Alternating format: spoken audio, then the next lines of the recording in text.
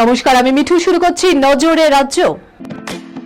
Lake view হাসপাতাল, সময় অসময় সব সময় আমাদের পরিষেবা modular OT, paediatric surgery, plastic surgery, general surgery, neuro surgery, urology, gastroenterology, gynaecology, orthopaedic, ENT, chest সমস্ত অভিজ্ঞ চিকিৎসকদের দ্বারা চিকিৎসা করা হয়। সর্বোন্নত আইসিইউ, এইচডিইউ, প্যাথোলজি, সমস্ত রকমের USG, CT scan, X ray, FNAC, biopsy, tapping. শুধুমাত্র আমরাই পারি স্বল্প মূল্যে অত্যাধুনিক প্রযুক্তির চিকিৎসা। কলকাতা ও হায়দ্রাবাদের বিশেষজ্ঞ চিকিৎসকদের সুপরামর্শ। নিজস্ব ফার্মাসিতে 20% ছাড়ে ওষুধ। প্রতি রবিবার প্রসূতি মায়েদের বিনামূল্যে ইউএসজি পরিষেবা। ঠিকানা লেক ভিউ হাসপাতাল, লালদিঘি মোহনা বাসস্ট্যান্ডের পিছনে, বহরমপুর, মুর্শিদাবাদ।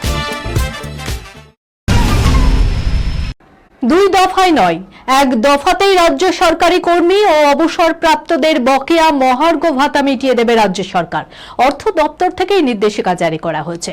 নির্দেশিকায় জানানো হয়েছে 2016 সালের জানুয়ারি থেকে 2019 ডিসেম্বর পর্যন্ত বকেয়া মহার্ঘ ভাতার 100% মিটিয়ে দেওয়া হবে 31 মার্চের মধ্যেই। অর্থাৎ চতুর্থ শ্রেণীর কর্মী, অবসরপ্রাপ্ত এবং পারিবারিক পেনশন প্রাপকদের টাকা সরাসরি অ্যাকাউন্টে চলে যাবে।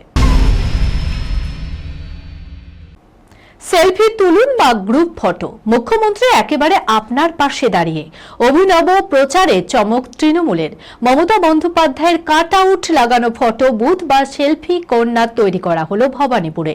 জানা গেছে, ভবানীপুরের প্রত্যেকটি ওয়ার্ডেই এই ফটো বুথ বসানোর পরিকল্পনা করেছেন ঘাসফুল শিবিরের কর্মী সমর্থকরা। আপাতত ভবানীপুরের 73 নম্বর ওয়ার্ডে এই ফটো বুথ বসানো হয়েছে। ভবানীপুরের ঘরের মেয়ের জনপ্রিয়তা নতুন করে প্রমাণ করার দরকার নেই বলেই মনে করছে তৃণমূল কংগ্রেস। মুনমুন সেন, আমাদের কাছে একটা মিথ ছিল। সুচিত্রা সেনের মেয়ে কেমন হবে সেটা নিয়ে একটা আগ্রহ ছিল প্রথম থেকে। মুনমুন দুর্ধর্ষ সুন্দরী।